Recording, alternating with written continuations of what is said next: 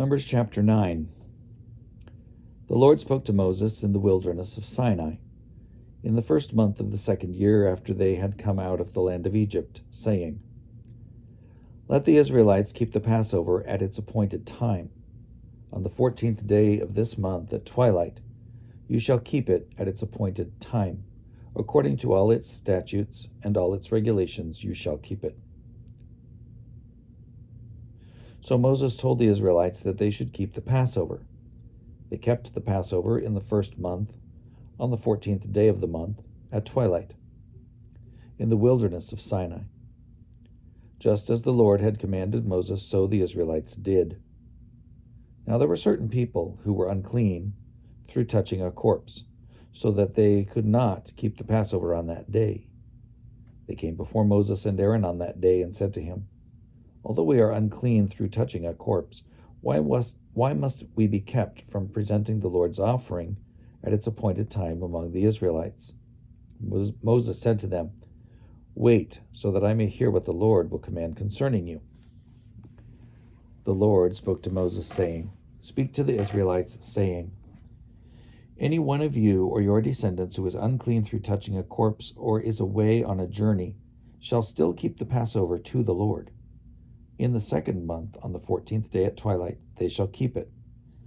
They shall eat it with unleavened bread and bitter herbs.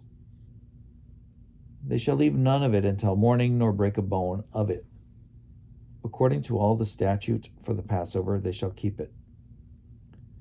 But anyone who is clean and is not on a journey, and yet refrains from keeping the Passover, shall be cut off from the people for not presenting the Lord's offering at its appointed time.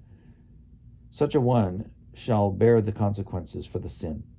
Any alien residing among you who wishes to keep the Passover to the Lord shall do so according to the statute of the Passover and according to its regulation. You shall have one statute for both the resident alien and the native of the land.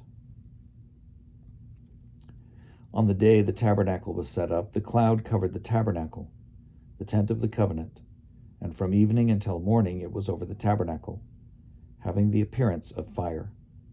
It was always so. The cloud covered it by day, and the appearance of fire by night.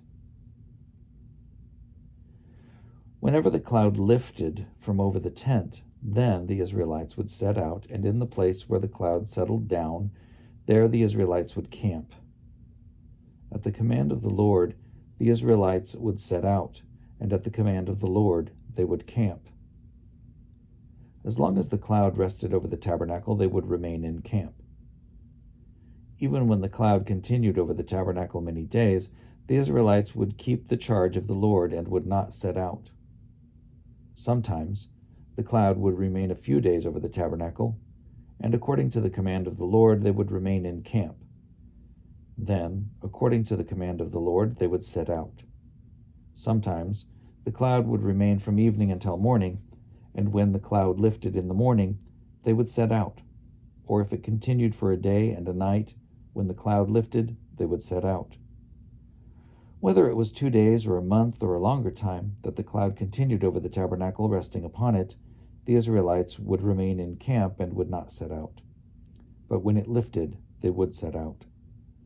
At the command of the Lord, they would camp, and at the command of the Lord, they would set out. They kept the charge of the Lord at the command of the Lord by Moses.